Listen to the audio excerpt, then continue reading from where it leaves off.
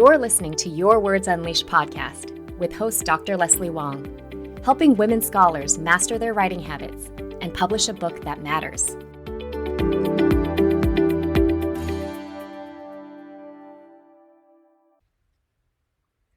Hi there, writers.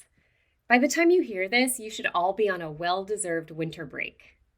I hope you are spending precious time with family and good friends and rightfully shelving your work for at least a week. I myself am in California visiting family for the holidays. So I know that many of you have not been able to get much of your own work done this semester. It's been a doozy. Many of the writers I work with started off with a bang in September, and then their writing slowed down to a mere trickle or stopped altogether. And I'm here to say that it's okay, and actually to be expected, given everything going on in the world and in people's lives right now. So for this episode, I wanted to give something inspiring to reignite your desire to get back to writing when you are ready. Some of you know that I was part of Acra Moments, a month-long initiative organized by writing coaches Margie Thomas and Helen Sword, and their fellow coaches with me on the Princeton University Press Supporting Diverse Authors Initiative.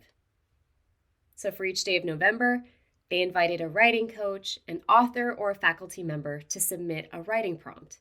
And these were meant to spark creativity and reflection and joy to help you get into the flow of writing. And I thought it would be lovely to share 5 of my favorite prompts. Some are more serious and some are more whimsical. But they all include strategies and exercises to help you reconnect to yourself and to the deeper purpose of your work. I hope they will fan the flame of desire to help you get back to your own writing after you take a much-deserved break. You can find the full transcript of this episode at yourwordsunleashed.com/46. So, because November has 30 days, there were a total of 30 wonderful and thought-provoking writing prompts.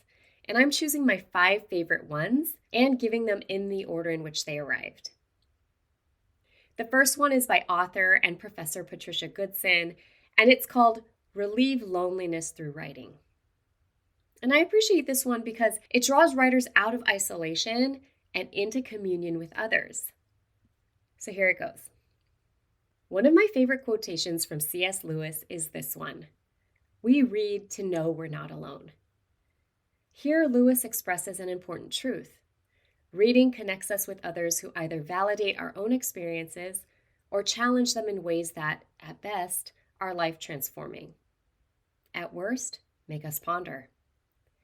Written text, especially books, can become true companions, and particularly for introverts, can gain the status of faithful friends.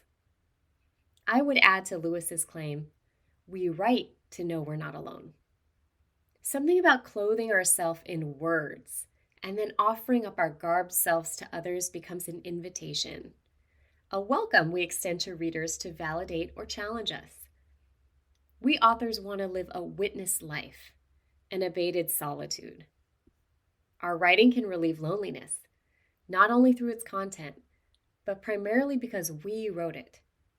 We wrote it in an invitation posture, as a welcome to communion act. So here's a mini challenge for today.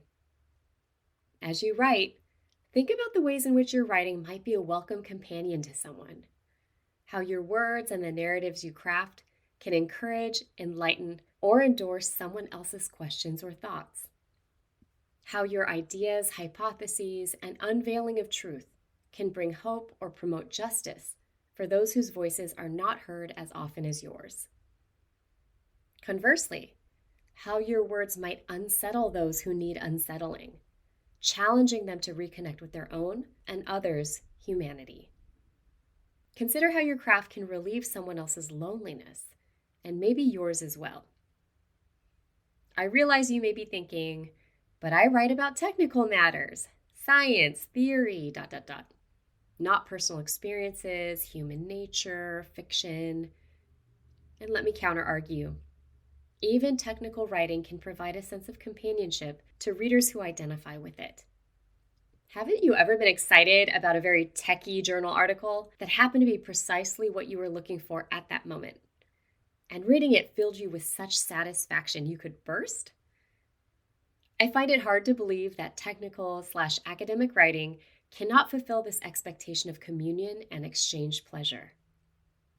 Therefore, for today, just humbly ponder the question, and perhaps during a few minutes of writing, how might your writing help readers and you know you're not alone?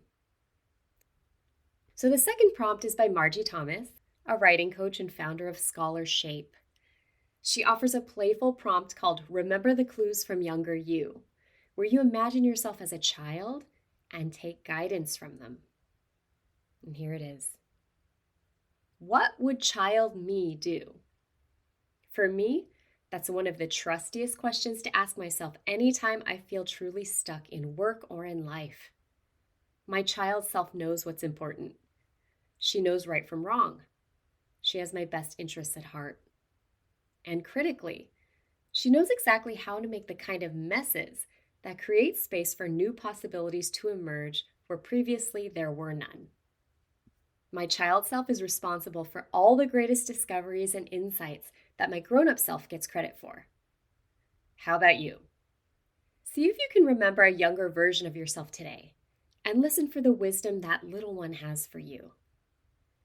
Sit quietly wherever you are right now and think back to when you were 5 years old, or 11, or 13, or any prior age that stands out in your memory.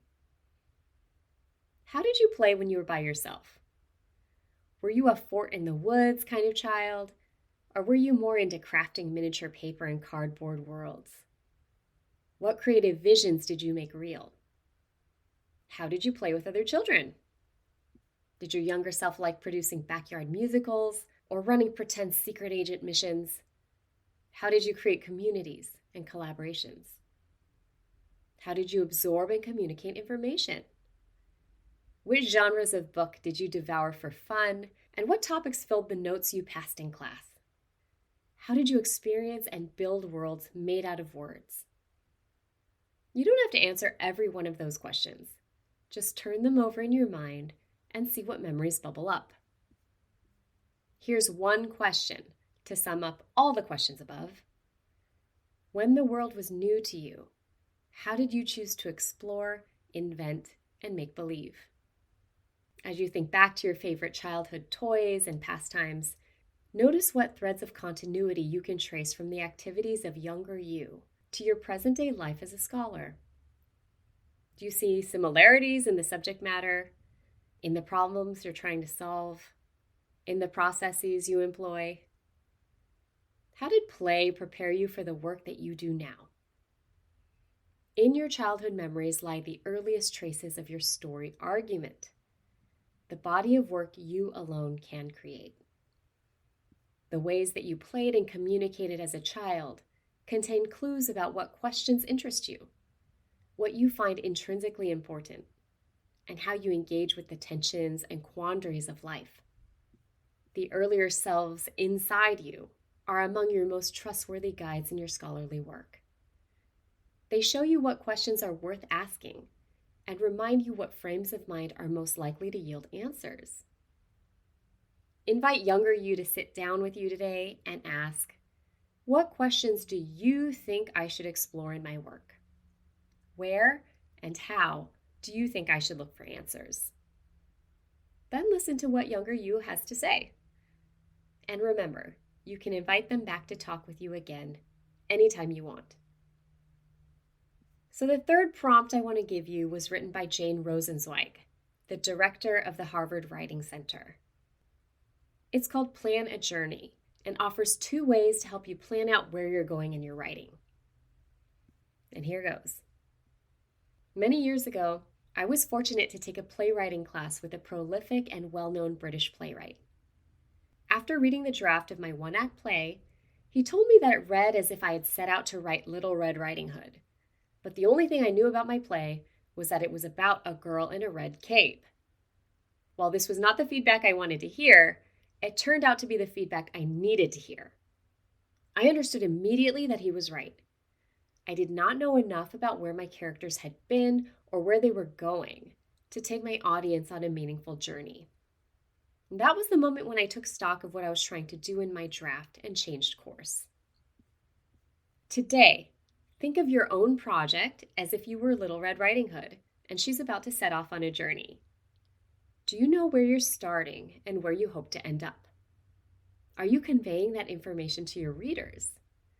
What do you need to know that you haven't yet figured out? You can do this exercise in several ways depending on where you are in your project. Option 1 is to reverse outline a draft. If you have a draft of your project, try making a reverse outline of what you've written so far. The purpose of a reverse outline is different from the purpose of a regular outline. Instead of mapping out what you're planning to say, the reverse outline helps you take stock of what you have written and also shows you what you have not yet written. An reverse outline doesn't need to be formal. Go through your manuscript and note the main point you are making in each section or paragraph. Can you see the progression of your ideas? Do you know why each paragraph is in your draft? What questions would readers have if they read this draft? Option 2 is to sketch a journey. If you're not ready to make a reverse outline, try this instead. Without looking at your project, write a few paragraphs in the first person about where you started and where you are now. And try to answer these questions. What did you think your project was when you started writing? What do you think now? How would you explain to a reader where you are going and why, and where you hope to end up? What questions do you think a reader could have about your project? And how would you answer those questions? As you take stock of your project, go easy on yourself if you find that you are not quite where you want to be. We write to discover what we think, to figure out where Little Red Riding Hood is going and why. It's only once we figure that out that we can take our readers on the same journey, all the way into the woods and out again.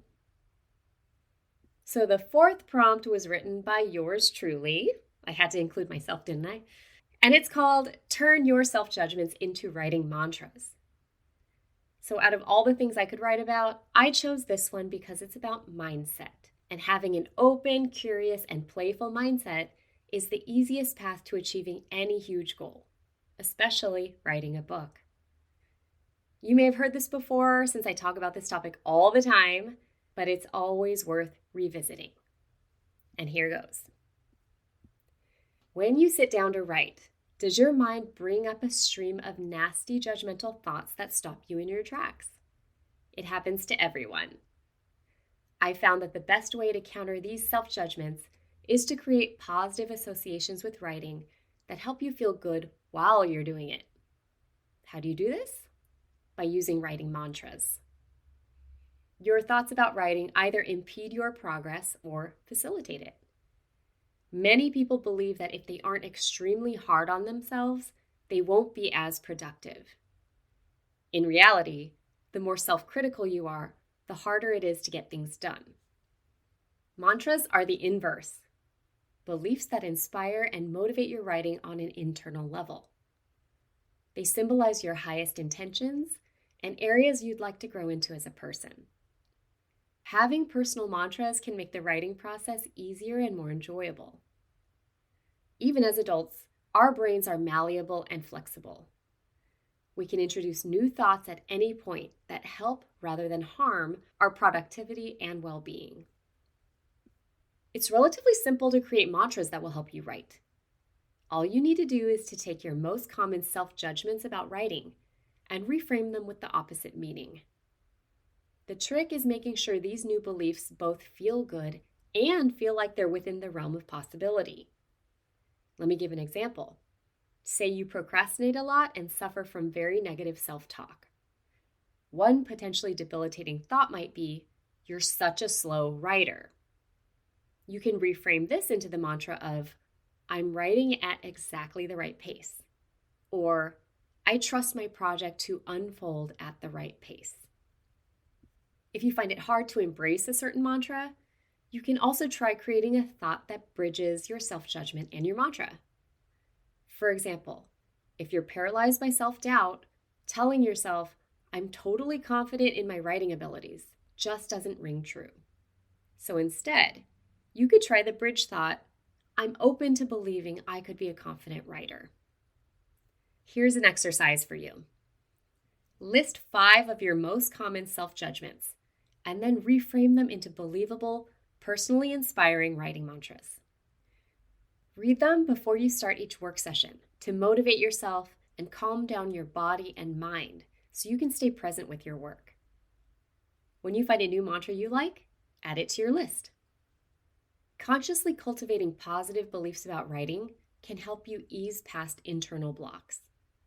They let you get out of your own way and can help you become the writer and person you've always wanted to be. In the end, all of your self-judgments are just stories you are choosing to believe. So why not tell yourself more empowering ones? Okay, so the 5th and final prompt I'd like to offer was written by my friend, writing coach Michelle Boyd. And it's called Trust When It's Okay Not to Write. I'm including it because I love the idea of being intentional about when we're not going to work. When I was an academic, I would always bring extra articles to read, or think I could somehow squeeze some writing into a day spent with family and friends. Then, of course, I would feel guilty when that didn't happen. This time, I'm not working at all during my 2 weeks in California, because I decided that ahead of time and intentionally, I will resolutely not feel guilty about it. Here's Michelle's prompt. I'd just opened my laptop when my niece floated in and flopped down on the couch. She'd been sleeping in my office for a week, which meant I'd been working from my bedroom floor, hunched over my laptop. This was my first chance to write in an upright position, so I put my hands on the keyboard and hoped she would hear my silent plea. Please, please, please don't start talking to me. She starts talking to me. Hey, guess what? You want to know what just happened to me? I am just about to say that, in fact, I don't. When I actually take in what's happening. My husband's at work, my sister-in-law is running errands, and I have my 17-year-old off to college in a year niece all to myself.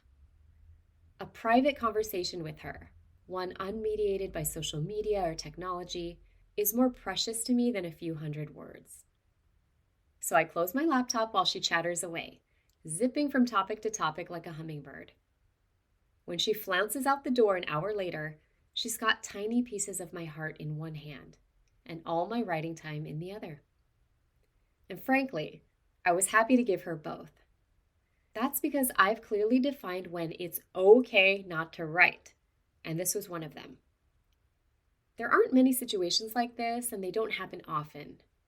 But knowing when it's okay to break from our writing routine is crucial to a writer's ability to maintain their discipline overall. Once we've defined when it's okay not to write, we feel less guilty about letting writing go when those instances arise. Because we've already defined our own internal standards, we don't need as much discussion with ourselves when the moment comes to apply them.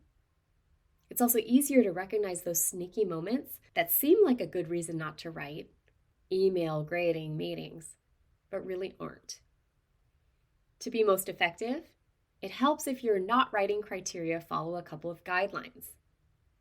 First, they have to be right for you. For example, I'm an insomniac, so it's okay not to write when I haven't slept. But if you're a parent, that likely won't work for you. Another thing about not writing criteria, they tend to vary over time, so it helps to rethink them every so often.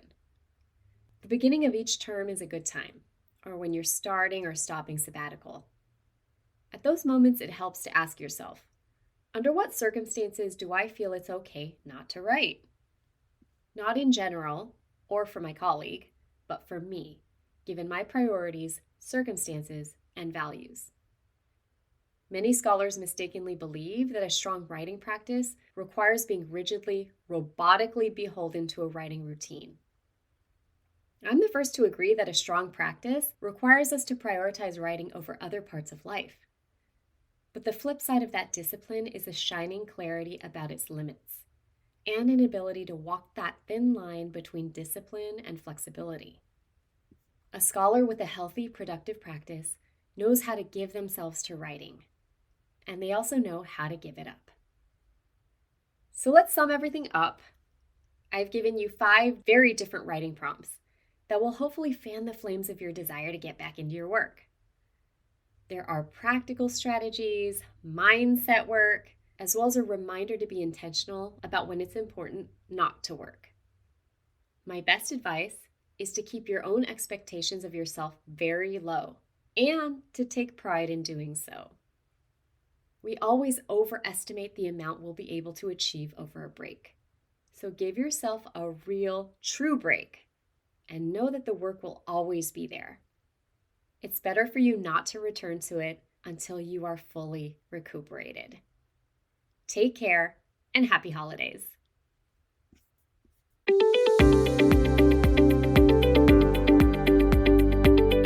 Thanks for tuning in to Your Words Unleashed podcast.